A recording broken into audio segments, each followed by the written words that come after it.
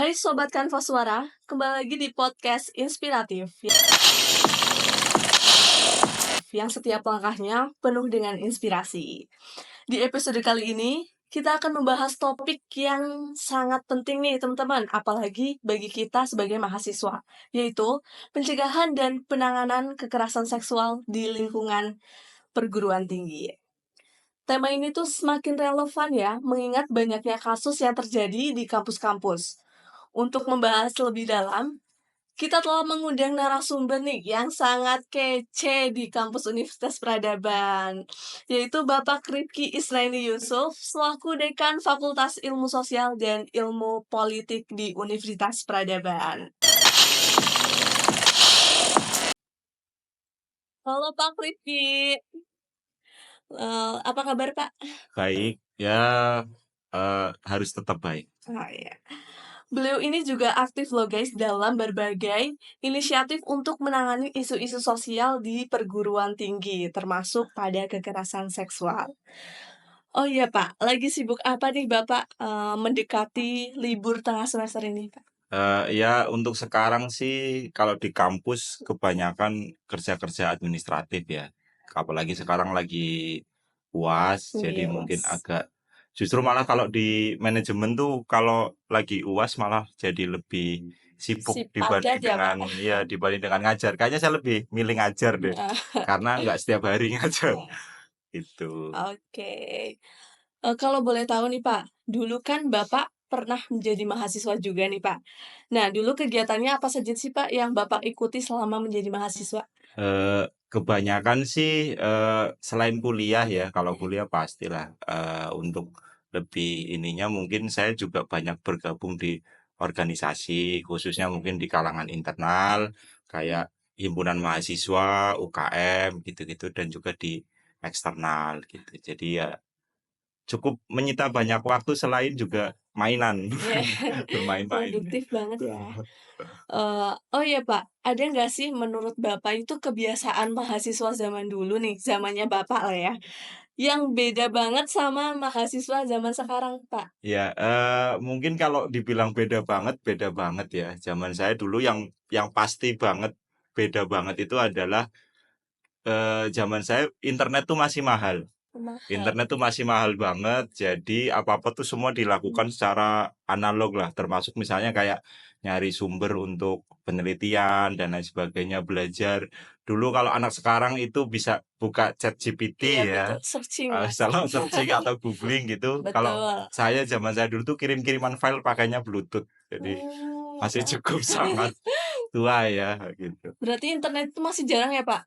Masih jarang banget, bahkan saya masih ingat ya, harga 1 giga itu sekitar 50.000 sampai 60.000 untuk 1 giga ya. Mahal Jadi banget. kalau online itu dinyalain nanti udah dapet dimatiin, dinyalain. Jadi kayak lagu-lagu gitu ya dulu di-download ya. Oh iya. Bukan kalau sekarang kan on demand kan. Betul, Makanya on demand gitu. Kalau anak-anak misalnya mikir kayak kuliah pengen lulus, cepet-cepet lulus gitu, sehingga melupakan esensi dia jadi Iya mahasiswanya gitu. betul. Kan nggak mungkin misalnya saya pengen ikut UKM Mahapala atau UKM PSC ketika saya udah nggak mahasiswa Iya kan betul gitu. betul. Jadi Betul. ya mahasiswa itu menjadi mahasiswa itu yang menurut saya Paling penting seru. gitu, paling seru gitu. Oke. Oh iya, Pak. Kampus kan sering disebut sebagai tempat belajar dan berkembang ya, Pak. Tapi menurut Bapak itu bagaimana sih caranya mahasiswa itu bisa tetap mengekspresikan dirinya, tapi tanpa melanggar batasan-batasan, Pak?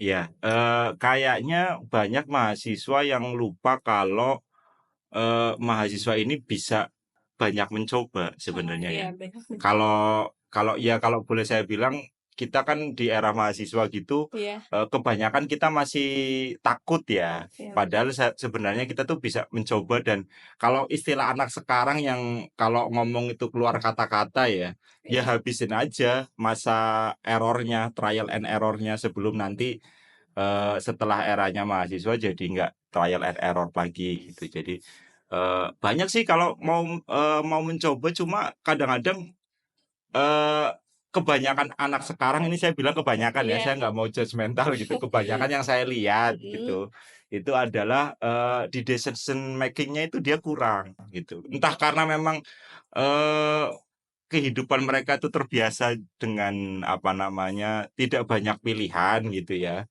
atau memang kita memang punya problem dalam decision making itu. Saya tuh sering tuh ditanya, misalnya mahasiswa nanya saya ke apa gitu, ke saya apa gitu, terus saya kasih penjelasan. Iya. Terus mereka akan nanya lagi, "Terus baiknya saya gimana?" Padahal di jawaban itu Iya, tadi sudah sudah saya kasih dijabarkan itu. tahu gitu, harus apa gitu, tapi tetap nanya gitu. Tapi ya ya mungkin gitu kali ya Berarti sekarang gitu. tidak ada salahnya buat mencoba terus gitu, Kak? Ya Walaupun salah gitu, Kak, kadang kan ada anak yang, "Aduh takut salah nih," gimana? betul, tapi kalau kita nggak nyoba kan kita nggak Nggak bisa tahu. tahu juga Iya kan, betul. apakah ini benar atau ini salah gitu. Selama memang saya kira rambu-rambu di universitas itu kan sudah jelas, misalnya yang boleh apa, yang tidak boleh apa. Selebihnya ya kita ngikut di koridor itu aja. Cuma memang, khususnya di mahasiswa di peradaban ya, kalau sekarang mungkin karena keterbatasan itu aja. Jadi banyak yang ngerasa bahwa harus takut, susah untuk milih nanti ini boleh atau tidak Iya. gitu-gitu. Mhm. Jadi ya Ber sebenarnya nggak apa-apa sih kalau buat saya. Lebih banyak pertimbangan ya, Kak? Betul, betul. Menurut Bapak, ini kan, ketika kita sering mencoba, coba-coba, berarti kita kan mengekspresikan diri kita kan. Nah, itu gimana caranya biar kita tuh mengekspresikan diri, tapi tidak melanggar batasan yang ada gitu loh, Pak? Oke. Iya. Kayak kalau ekspresi diri itu kan bentuknya banyak. Iya, betul. Dan saya kira tidak semua ekspresi diri kan harus melanggar aturan kan. Iya. Banyaklah ekspresi mahasiswa di kegiatan seni, di kegiatan budaya, ataupun mungkin di diskusi ilmiah. Saya kira kita wajib punya kedewasaan untuk bisa memilih apakah memang, ekspresi kita ini berlebihan. Saya kira dengan munculnya media sosial sebenarnya, anak-anak mahasiswa sekarang tuh lebih mudah untuk mengekspresikan diri. Cuma karena sisi negatifnya adalah media sosial itu kan apa yang kita buat itu kan Iya. di-share ke orang kan. Iya, secepat Nah, itu ya, secepat Pak, itu dan mhm. kayak yang kadang-kadang kita lupa tuh, ketika kita bikinnya oke Iya. ya, tapi respon orangnya kemudian tidak oke, nah itu kan kita menjadi sebuah masalah, kesannya kok, "Oh ini ternyata kita nggak sesuai dengan apa yang orang lain inginkan." Akhirnya jadi generasinya jadi people pleaser gitu. Iya, nggak Wah, nggak enakan. enakan, susah untuk bikin decision making, susah untuk bikin keputusan-keputusan yang apalagi menyangkut hidup ya, kadang-kadang anak muda tuh kekurangannya ya cepet aja. Iya. Kalau bertindak tuh cepet, tapi kalau orang tua kan mungkin pikirannya panjang, jadi kesannya tindakannya tuh lama. Tapi seringkali kan kita bisa mengkombinasikan 2 hal itu sebenarnya. Kalau buat saya sih kayak gitu ya. Oke, Pak. Sekarang kita ngobrol lebih serius lagi, Pak, mengenai tema yang kita ulik hari ini, yaitu pencegahan dan penanganan kekerasan seksual nih, Pak. Nah, sebenarnya teman-teman kan banyak yang belum tahu ya, apa sih, pencegahan dan kekerasan seksual itu, terus bagaimana, caranya, kayak gitu, Pak. Nah, sekarang bisa nggak sih Bapak, menjelaskan sedikit ke kita semua ini, apa itu PPKS, Pak? Oke, ya. Jadi secara umum, secara singkat saja ya, kalau PPKS itu sebenarnya sebuah satuan tugas yang diinisiasi oleh pemerintah melalui Permendikti nomor 24 tahun 2022 itu mengenai untuk pencegahan dan penanganan kekerasan seksual. Jadi kalau merujuk pada peraturan menteri itu memang, mungkin teman-teman yang mahasiswa juga sudah cukup paham ya Ya. dengan apa namanya, apa yang harus dilakukan. Tetapi ternyata kekerasan seksual itu termasuk salah satu dari 3 dosa besar pendidikan di Mmm. Indonesia khususnya ya. Iya. Saya kira mungkin ini hanya kayak sebuah apa namanya, fenomena gunung es lah, iceberg ya, yang Iya. kelihatan sedikit gitu, yang Iya. muncul gitu, tapi di bawahnya itu banyak banget. Sehingga akhirnya pemerintah mungkin secara resmi, mewajibkan setiap perguruan tinggi itu untuk bikin namanya Satgas PPKS, pencegahan dan, penindakan kekerasan seksual. Jadi ya tujuan utamanya sih sebenarnya untuk mewadahi pertama ya, Iya, karena memang basicnya PPKS itu kan delik aduan. iya. Jadi kalau tidak ada aduan, Satgas PPKS juga nggak bisa menangani itu. Mmm, Makanya selain keberadaan Satgas PPKS, kita juga pengennya itu meningkatkan awareness teman-teman tentang apa itu, pertama ya, apa itu kekerasan seksual. Orang masih banyak yang belum paham bahwa kekerasan verbal yang iya, konteksnya seksual atau mungkin bahasa anak sekarang tuh sebutannya catcalling dan lain sebagainya, itu bukan termasuk bagian dari kekerasan seksual. Padahal itu ada dan itu menjadi sebuah, ya kalau saya nggak mau bilang itu budaya ya, tapi ada di masyarakat kita ada ada. yang seperti itu. Orang menganggap itu kekerasan seksual hanya bersifat yang fisik, Iya, bahkan mohon betul. maaf ya, misalnya hanya yang kaitannya dengan ruda paksa misalnya. Tetapi padahal memegang tanpa concern itu juga menjadi sebuah isu di dalam kekerasan seksual gitu. Jadi kuncinya adalah di concern itu. Kita sih nggak mau ngurusin yang ada concernnya, tetapi ya kebanyakan dari kita memang ternyata belum aware. Itu satu. Oke, yang kedua, kita di Satgas PPKS juga memberikan wadah bagi teman-teman, tidak hanya mahasiswa sebenarnya ya, karena apa namanya, sasaran dari Satgas PPKS itu adalah seluruh warga yang ada di lingkungan kampus. Oh, Bahkan termasuk misalnya para mitra yang ada di lingkungan kampus. Misalnya kalau di peradaban, pedagang pedagang-pedagang kayak gitu kantin ya. gitu ya, orang yang datang mengantar paket, mengantar Oh, barang, termasuk mungkin karena kita sedang ada pembangunan ya, orang-orang yang bekerja proyek di gitu ya, dalam Kak? proyek itu juga termasuk bagian dari sasaran dari Satgas PPKS itu gitu. Jadi selama ini kan memang mungkin saya tidak apa namanya, menghakimi ya, maksudnya Iya, mungkin terjadi. mhm. Tetapi kan kita juga bingung ranah untuk pelayanan, untuk pengaduannya itu kemana. Iya, Makanya betul. di kita juga akhirnya sekarang di bawah kemahasiswaan itu membentuk satgas, namanya Satgas PPKS sesuai dengan instruksi. Meskipun baru 2 tahun berjalan, tapi rencananya sudah akan diganti menjadi Satgas PPKPT. Gitu. Oh, Jadi ganti nama itu, Pak? ganti nama ya. Jadi kalau ternyata 2 tahun menangani PPKS itu, pemerintah merasa bahwa ternyata tidak cuma kekerasan seksual, Oh, kekerasan itu sendiri menjadi problem ternyata, karena ternyata belum bisa diselesaikan. Akhirnya pemerintah mengganti menjadi Satgas eh, Pencegahan dan Penindakan Kekerasan di Perguruan Tinggi. Jadi semua kekerasan itu nanti akan masuk di dalam ranah mmm, PPK PT itu. PPKPT. Jadi per 2024 ini nanti akan diganti menjadi Satgas PPKPT Oh, namanya. Permen 55 tahun 2024 gitu. berarti jangkauannya itu lebih luas ya, Pak? Lebih Lebih luas. luas, Karena tidak ternyata nggak cuma kekerasan seksual aja iya, gitu, lingkupnya. ruang lingkupnya. Yang bullying ya, Iya, itu termasuk kena diskriminasi, meskipun mungkin di peradaban diskriminasinya masih apa namanya, tidak begitu kelihatan, tapi kita nggak bisa memungkiri kalau diskriminasinya itu ada.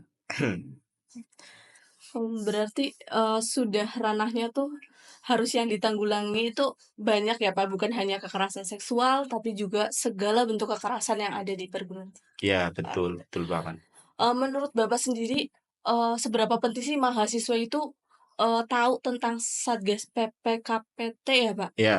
Ini Kalau yang baru namanya PPKPT, kalau di peradaban kan masih masih PPKS? PPKS ya. Ini Oh, sedang sedang mau bertransformasi menjadi PPKPT. Ya doakan saja mungkin akhir bulan ini atau maksimal awal bulan Februari lah ya. Kalau misalnya bisa sudah diresmikan bisa jadi.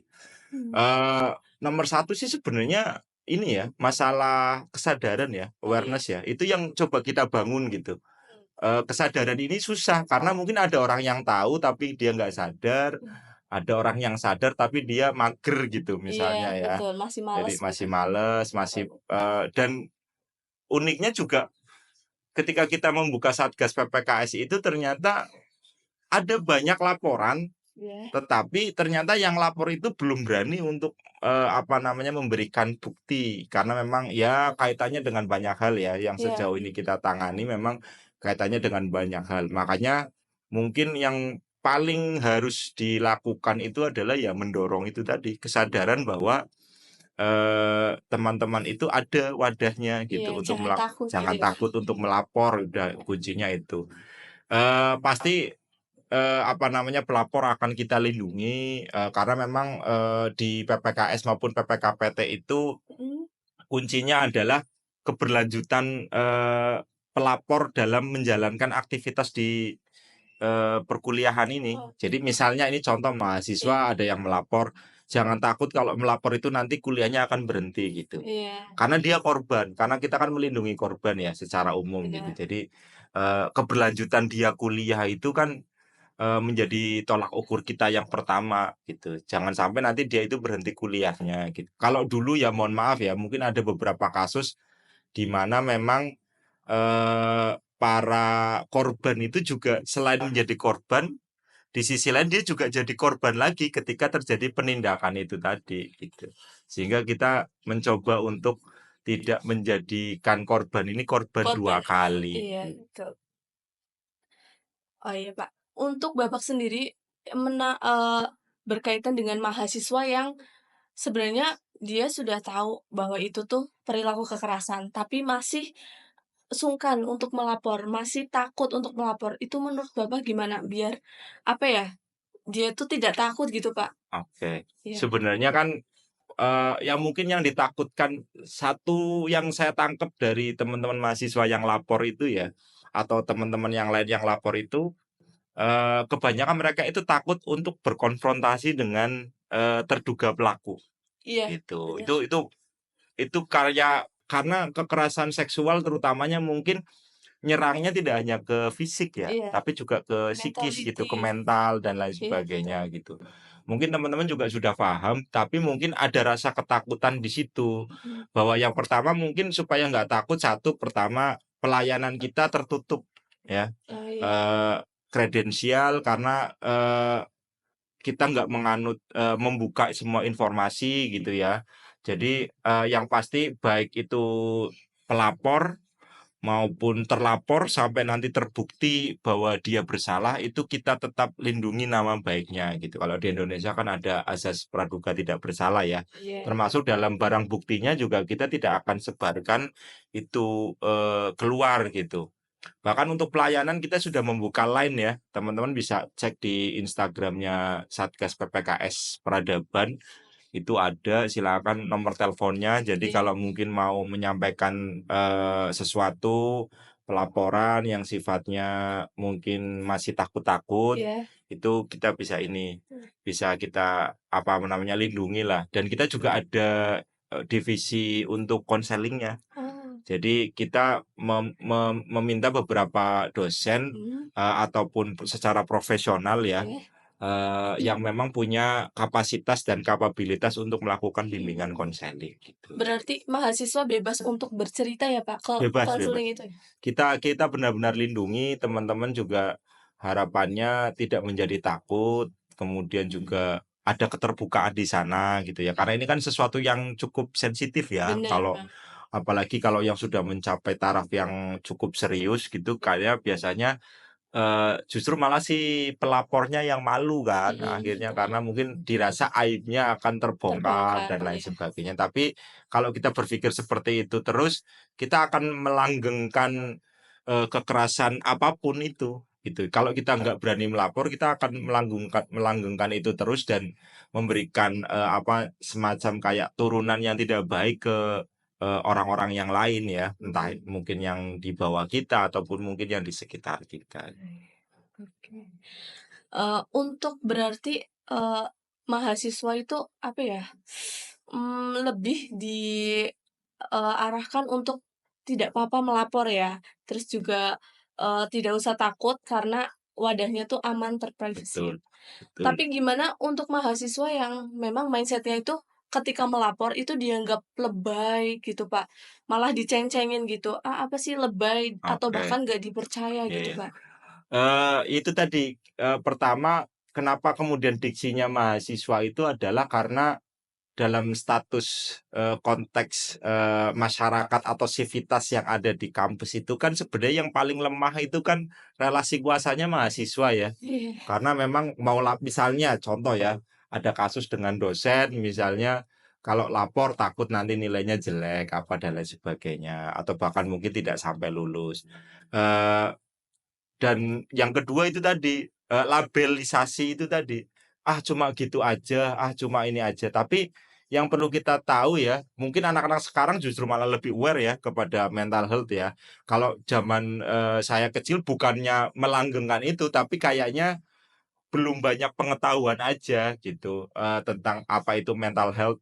Yang kita tahu bahwa setiap masalah itu punya dampak ke orang yang bisa berbeda-beda. Iya. Mungkin menurut kita sepele, mungkin menurut orang lain itu berat, kan kita Iya, juga nggak tahu ya. betul. Atau mungkin menurut orang lain berat, menurut kita sepele, itu juga masih sangat mungkin. Mungkin ya, mohon maaf ya, misalnya ada orang dikata-katain dalam konteks kekerasan seksual verbal, mungkin dianya, "Ah, cuek aja." Iya, Tetapi ada orang yang mungkin di catcalling atau mungkin, dengan, pesan singkat atau apa gitu, dia merasa tertekan, dia sensitif merasa, ya. kotor dan mempertanyakan, apa namanya, masa depannya gitu-gitu kan juga banyak masalahnya. Itu yang harus dibangun sebenarnya. Besar kecilnya kesalahan itu nanti akan diproses di PPKS, yang menentukan besar kecilnya itu bukan dari pelaporan kita ya, tetapi dari aduan dan juga dari proses penyelidikan sampai nanti penetapan sanksinya gitu. Jadi nggak usah takut kalau cuma mungkin sekedar ini. Memang kalau kita mikir sekarang kalau kita mikir kayak apa-apa kita gampangin gitu Iya, ya, itu kan sama aja dengan melanggengkan. iya, Orang bisa karena menyepelekan ya, Kak. iya, orang bisa kan karena biasa terus-menerus Iya, akhirnya betul. jadi menormalisasi Iya, hal-hal yang seperti itu gitu. Jadi stop menormalisasi hal-hal yang mungkin kecil yang mungkin menyakiti gitu ya dalam konteks kalau itu tadi kekerasan seks seksual atau mungkin kekerasan verbal yang lain gitu. berarti berawal dari hal kecil kita nggak usah takut Berawal ya, dari Kak? hal kecil ya. Iya. Ketika kita melapor itu apa sih, Pak, yang apa yang didapatkan dari si pelapor itu?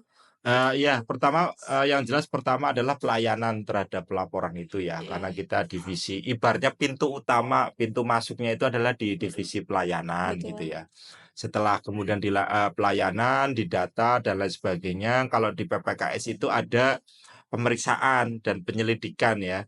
Jadi, konteksnya memang memeriksa, kita menerima barang bukti, kita melakukan mungkin kalau biasanya anak-anak tuh kalau kalau mendengar istilah hukum tuh jadi takut gitu Iya, ya. Kita BAP istilahnya kan, bikin berita acara, pemeriksaan gitu-gitu ya. Pada dasarnya sih sebenarnya ngobrol, kita pengen ngobrol dan kita pun benar-benar menunggu orang-orang yang melapor itu merasa nyaman dulu gitu. Karena iya. waktu dan tempatnya mereka boleh milih gitu ya. Oh, Eee, se-fleksibel itu berarti ya? Sefleksibel itu, bahkan mungkin minta didampingi oleh temannya atau mungkin dengan keluarganya itu juga oke. Karena, basic-nya kita nggak bisa memaksa juga kalau memang tidak mau cerita dan lain sebagainya. Intinya kita nggak akan memaksa mahasiswa ataupun siapapun yang melapor untuk menceritakan ya, karena Iya, itu basicnya pada kesediaan dan kesadaran teman-teman aja yang melapor gitu dan, kita juga akan melindungi, kredibilitas dan, eee, nama baik mhm, dari si pelapor gitu. Bahkan mungkin ini kondisi yang, saya sih belum pernah menemui ya, tapi misalnya kemudian ternyata tuduhannya itu tidak terbukti, iya. kita juga wajib untuk membersihkan nama baik terlapor. Gitu. Oh, Jadi sebenarnya memang karena ini konteksnya konteks berbasis keadilan iya ya gitu betul. ya, tapi bukan berarti kemudian hanya menghukum, tapi ketika terjadi di proses, pemeriksaan tidak Tidak bersalah terbukti ya? gitu ya atau tidak bersalah, ya kita wajib untuk memberikan, apa namanya, semacam kayak pembersihan lah Iya, nama baik gitu ya, nama baik. tuh. Oke. Eee, dengar-dengar tadi Bapak mengatakan kalau ada sanksi ya, Pak, jika Ya. melaporkan. Nah, itu sanksinya dalam bentuk apa, Kak? Pak, kalau boleh tahu? Kalau di permennya itu ada 3 sanksinya. Pertama itu sanksi ringan, sanksi sedang, dan sanksi berat gitu ya. Kalau yang ringan, mungkin secara singkat saja, ringan itu mungkin hanya semacam kayak teguran, berupa surat peringatan, surat perjanjian tidak mengulangi gitu ya. Kalau yang sedang itu biasanya, skorsing, tetapi tidak yang sifatnya permanen gitu ya. Mungkin misalnya diskorsing apakah 1 semester ataukah 2 semester gitu ya. Kalau ini terjadi di Satu mahasiswa dan semester. dosen misalnya ya, terjadi skorsing seperti itu dan yang paling berat itu ya dikeluarkan dengan tidak hormat gitu kalau kalau saksinya.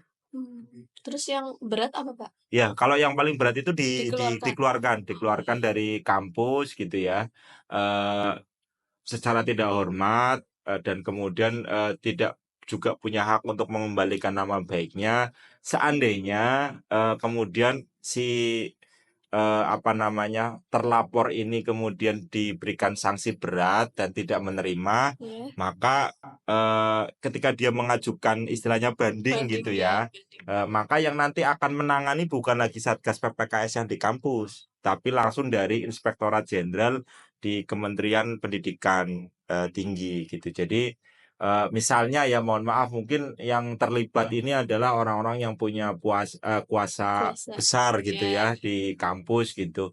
Maka teman-teman nggak usah takut kalau misalnya nanti Satgas PPKS-nya angkat tangan, itu yang langsung menindak juga dari, Oh, kementerian langsung gitu, dari Irjen gitu.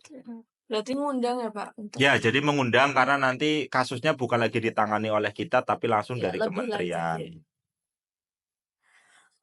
Ngomong-ngomong soal PPKS nih, Pak, apa sih wishlist Bapak atau harapan Bapak yang terbesar untuk menciptakan lingkungan kampus yang pastinya lebih aman, nyaman, dan bebas dari kekerasan seksual itu sendiri, Pak? Eee, Kalau wishlist itu ini ya, apa namanya, saya sih percaya bahwa itu mungkin sangat ideal untuk dilaksanakan gitu Dirasakan ya. ya. Tapi yang saya ingin sampaikan bahwa, saya kira dengan keberadaan sistem seperti PPKS ini paling tidak menjamin ya adanya kebebasan teman-teman untuk bisa apa namanya, tidak takut terhadap hal-hal yang sifatnya kekerasan seksual itu yang pertama. Kedua, di sisi lain karena kita selain penindakan kita juga melakukan pencegahan, idealnya ya kampus ini terbebas dari hal-hal yang seperti itu ya, Iya, baik yang sifatnya ringan, sedang maupun berat gitu ya. Supaya, teman-teman mahasiswa itu juga kuliahnya nyaman, nyaman, betul, tidak ada heeh. masalah, dosen juga ngajarnya tidak ada masalah karena maupun, mitra-mitra yang ada di kampus juga Iya, tidak punya masalah. Karena, kalau tidak ada, apa namanya, kesadaran dan, apa namanya, semacam kayak kemampuan teman-teman untuk bisa menilai ya, bersikap ya, ini kan kita bicara tentang norma, kita bicara tentang betul, attitude gitu ya, itu kan jadi susah. Kalau kalau misalnya teman-teman sadar paling tidak itu kan kita bisa jadi tahu tuh apa yang betul, benar ataupun mana yang salah gitu. lebih Sehingga peka juga. iya betul. Jadi sehingga paling tidak untuk kita melakukan sesuatu tuh, kita jadi ada benchmark-nya gitu Iya, ya, dengan yang tadinya nggak tahu, oh ternyata misalnya contoh ya, oh ternyata, menyiuli orang itu dalam konteks catcalling itu iya, nggak boleh ya gitu, iya, karena sebenarnya dia nggak punya nggak tahu. panduan Iya, untuk apa namanya, berlaku seperti itu dia nggak tahu, tapi sekarang dengan adanya, PPKS ini dia jadi tahu dan akhirnya tidak melaksanakan itu. Harapan kita sih gitu ya di PPKS gitu. oke, Pak. Seberapa jauh sih, Satgas PPKS di peradaban ini mulai disosialisasikan, Pak, ke mahasiswa terutama? Iya, ini menariknya ya, kita di PTS itu kan, eee, biasanya itu dapat informasinya kan tidak secepat di PTN ya. Iya, betul. Jadi mungkin ada banyak keterlambatan yang sampai kita baru berdiri 1 tahun, tiba-tiba di tahun ini kita dipaksa untuk cepet-cepet ganti ke PPKPT gitu ya. Iya, Mungkin kalau yang sudah dilakukan itu belum banyak kalau dilakukan, tapi, dari awal, Satgas PPKS itu ada di peradaban, paling tidak kita mungkin menerima kurang lebih sekitar 3 atau 4 pelaporan ya terkait dengan kekerasan seksual yang ya kita nggak bisa buka itu, tapi intinya kita menerima dan kita menindaklanjuti. Beberapa ada yang sudah diberikan sanksi, beberapa juga ada yang sudah dalam proses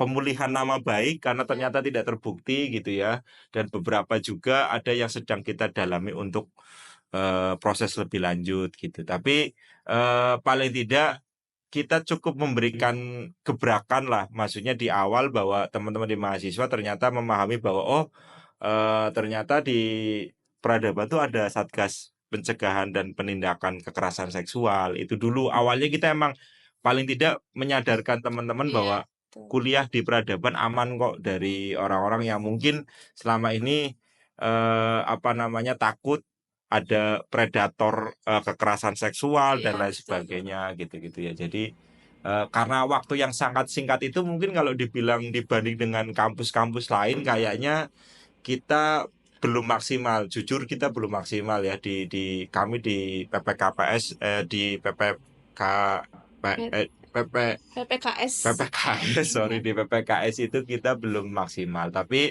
harapannya nanti setelah resmi menjadi PPKPT kita bisa lebih maksimal, Iya, menggencarkan lagi lebih ya, Pak. gencar. Dan kita nanti akan rencananya akan memilih duta untuk Wih, kekerasan gitu ya di peradaban iya, itu. Nanti akan ada eh, duta anti kekerasan gitu. Jadi nanti iya, semacam kayak apa?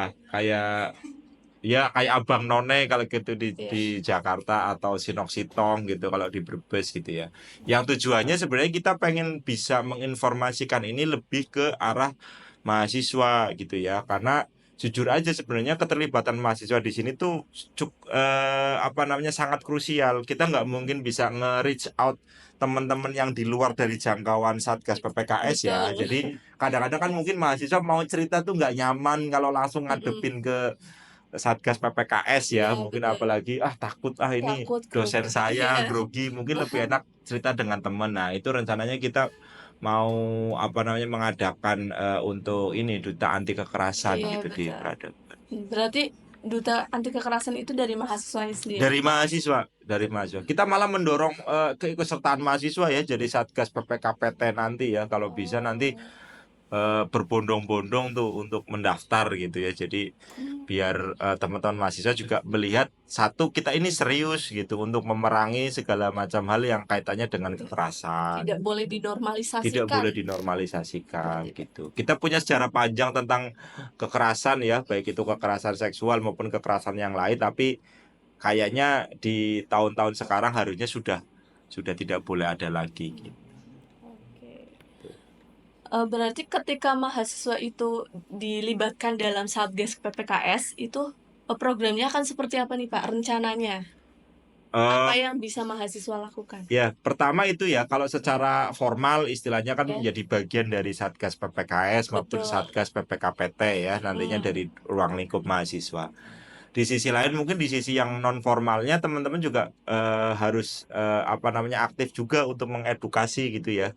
Karena kita nggak mungkin bisa sendirian kok. Sekarang aja misalnya Satgas PPKS itu paling jumlahnya ada 9 atau ya kalau tidak salah 9. Nanti kalau di PPKPT akan diperkecil lagi karena paling cuma ada 7 gitu ya.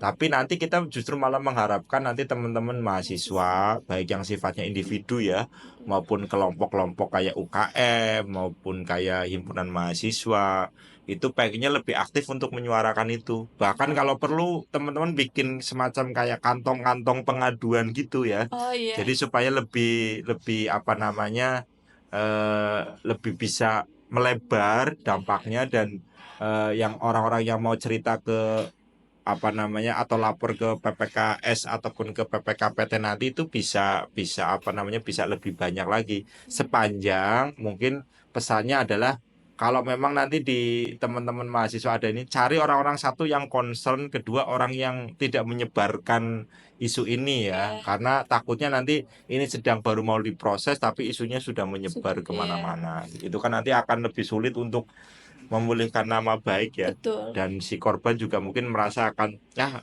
kasusnya udah rame sehingga dia juga nanti akan malas gitu-gitu untuk ini. Malah berbalik pada tujuan awal ya, Pak? Betul, malah kontraproduktif Iya, akhirnya. betul. Oke, menarik sih Pak. Ini semoga mahasiswa di sini tuh tertarik buat menyuarakan tuh Betul, harus ya, harus. harus. Karena kita harus ngelawan. Kalau kalau tidak melawan, jangan pernah percaya dengan quotes sing waras ngalah gitu. Kalau sing waras ngalah, dunia akan dipenuhi sama orang gila semua. Kalian di Betul, pinggir semua nanti yang betul. waras-waras. Berarti salah satu yang bisa kita lakukan itu mensosialisasikan ya Pak. Betul, Jadi mensosialisasikan. mulut. Boleh nggak sih Pak kalau kita tuh bikin pelaporan tapi anonim gitu, tanpa menyebutkan identitas, tapi melapor gitu Pak. Ada nggak sih? Ya, memang ada berbagai macam bentuk ya, Iya, terkait dengan pelaporan gitu. Idealnya sih memang ada yang melaporkan by name ya, istilahnya ada orangnya, by person gitu. Karena tujuannya apa?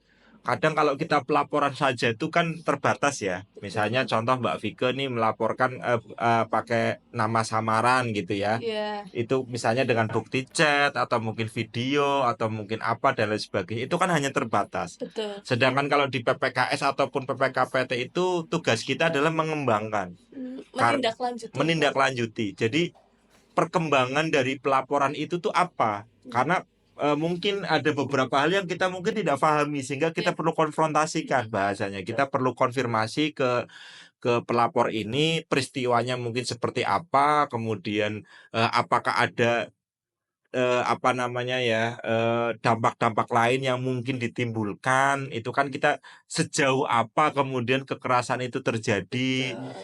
Biasanya kalau cuma berbasis pada pelaporan saja itu, eee, kurang kuat ya, meskipun buktinya sangat kuat, tetapi kita tidak bisa menelaah lebih lanjut, Iya, karena idealnya adalah ada yang melaporkan. Cuma kalau memang terpaksanya seperti itu mungkin bisa dengan perwakilan atau menuliskan apa namanya, surat kuasa kepada iya. orang lain gitu ya, kalau dirasa masih trauma atau mungkin belum kuat, belum berani gitu ya, ditahan dulu aja sampai nanti berani bisa ngobrol, bisa confirm ke kita gitu ya, ke kami di Satgas di PPKS maupun di PPKPT ini supaya nanti bisa dielaborasikan laporannya lebih jauh lagi Oh, iya. gitu. Berarti lebih baik terus terang aja ya Pak, Lebih nggak baik apa-apa terus ya? terang, kayaknya kayaknya lebih lebih ini juga, kita kita juga jadi tahu kan, Iya, misalnya yang melapor itu siapa, jadi iya. apa yang harus kita Tindak lindungi, lanjutnya. tindak lanjutnya itu juga bisa kita maksimalkan lah. Beda kalau cuma sekedar kayak anonimus ataupun mungkin kayak surat kaleng Iya, istilahnya betul. gitu ya. Jadi kan kita juga nggak tahu ini kita harus melindungi siapa dan lain sebagainya gitu. Untuk di Satgas PPKS di Universitas Peradaban sendiri, itu Bapak sebagai apa nih Pak di situ Pak? Iya, kebetulan saya jadi wakil ketua ya, kalau di Satgas PPKS itu kan, ketuanya kebetulan, Bu Dede Nurdiawati ya, selaku ketua PPKS, saya wakilnya, kemudian ada Mbak Reni di divisi pelayanan Mmm, dan, ada juga di divisi pencegahan, kemudian divisi penindakan dan divisi konseling ya. Jadi ada pelayanan itu tidak hanya menerima laporan saja, tapi kalau dirasa perlu butuh konseling, nggak apa-apa. Kita dampingi secara profesional, baik dari internal maupun eksternal. Kita juga sudah menjalin kerjasama dengan psikiater dan psikolog eksternal yang nantinya siap memberikan pendampingan ke teman-teman kalau memang itu dirasa perlu lebih gitu. expert lagi Lebih ya? expert ya, mungkin kan, di peradaban kan nggak ada jurusan psikologi Iya, gitu, kok bisa-bisanya, ini ya, ngasih konseling gitu. konseling. Kita juga sebenarnya ada kan pendidikan konselingnya kan ada dosennya gitu ya, cuma mungkin kalau dirasa tidak percaya dengan, person yang ada di PPKS itu ya kita boleh Iya kita sih. request untuk ini, karena nanti semua itu kita fasilitasi demi kenyamanan si pelapor itu tadi. Untuk konseling sendiri itu ada batas waktunya nggak sih, Pak? Atau mungkin di jam berapa atau bebas terserah pelapor? Ya sebenarnya kita senyamannya pelapor ya, Mhm. memang kan kita punya jam kerja di Satgas PPKS gitu ya, tetapi tidak menutup kemungkinan juga kalau mungkin dirasa perlu kita bisa mengusahakan itu di luar dari jam kerja. Memang kalau jam pelayanan kan ya kita karena basic-nya di kantor ya, Iya. jadi ya sesuai dengan jam kantor, tapi kalau dirasa perlu untuk pelaporan itu memang kita 24 jam, silakan jadi melapor, di jam berapapun misalnya atau konseling kita misalnya untuk memilih di jam berapapun itu bisa kita usahakan selama memang apa namanya dari pihak pelapor dan konselingnya ini memang sedang sama-sama Iya kosong bisa ya, ya. sama-sama free dan kemudian mungkin bisa lebih maksimal gitu. Via online maupun offline bisa ya, Pak? Online bisa, offline bisa, teman-teman juga kayaknya sudah banyak yang ini kok, apa namanya, beberapa sudah menggunakan fasilitas itu ya, konseling gitu-gitu. Secara akademik mungkin kan yang tanggung jawab kan dosen ini ya, PA-nya ya, Iya, tetapi kalau di betul. luar urusan, di luar akademik, teman-teman di mahasiswa itu juga sebenarnya punya fasilitas itu sebenarnya. Tapi mungkin belum terinformasikan dengan baik saja. Oke. Berhubung Bapak sebagai wakil dari Satgas PPKS nih, ada pesan nggak sih Pak untuk mahasiswa, terutama soal menjaga diri, mendukung teman, dan, bikin kampus kita tuh jadi tempat yang menyenangkan gitu, Kak? Ya, kalau saya secara pribadi sih mendorong teman-teman untuk berani ya, ketika memang, kita mendapatkan kekerasan maupun, kekerasan seksual gitu ya, misalnya dalam konteks ini, kita harus berani dulu gitu, harus berani speak up, harus berani, apa namanya, untuk melapor karena memang kalau kita nggak berani ngelapor itu akan susah gitu ya, akan susah untuk kita bisa dalami kasusnya, kita juga bisa selesaikan gitu. Yang kedua, masalah awareness ini, eee, dari hal-hal yang mungkin beberapa mahasiswa sudah cukup teredukasi dengan Iya, baik gitu, betul. tapi mungkin teman-temannya yang masih belum, terutamanya mungkin yang jauh di dalam, circle pertemanan yang cukup sehat gitu ya, itu juga biasanya kan, kesadarannya kan belum tumbuh gitu. Nah, Betul. harapan saya sih teman-teman yang punya kesadaran ini bisa saling, membantu Iya, ya, support ditularkan. ditularkan gitu dari mulut ke mulut ataupun dengan, semacam kayak di perkuliahan dan lain sebagainya gitu ya, supaya, peradaban ini, kampus ini tuh bisa jadi kampus yang bebas dari berbagai macam bentuk kekerasan gitu ya. Khususnya adalah kekerasan seksual Seksual. gitu. Oke. Oke guys, topik yang menarik banget untuk hari ini. Kita mendapat insight baru, wawasan baru mengenai PPKS. Semoga dengan adanya podcast ini teman-teman jadi, teredukasi ya, termotivasi untuk, bisa mengenal lebih dalam bahwa tidak boleh menormalisasikan kekerasan sekecil apapun.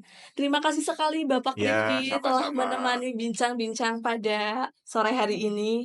Terima kasih juga atas waktunya. Semoga pembahasan kita hari ini bisa memberi manfaat dan wawasan yang lebih luas bagi kita semua, terutama pada, tema kita yaitu pencegahan dan penanganan kekerasan seksual di lingkungan universitas. Sampai jumpa di episode selanjutnya di Kanvas Suara. Bye.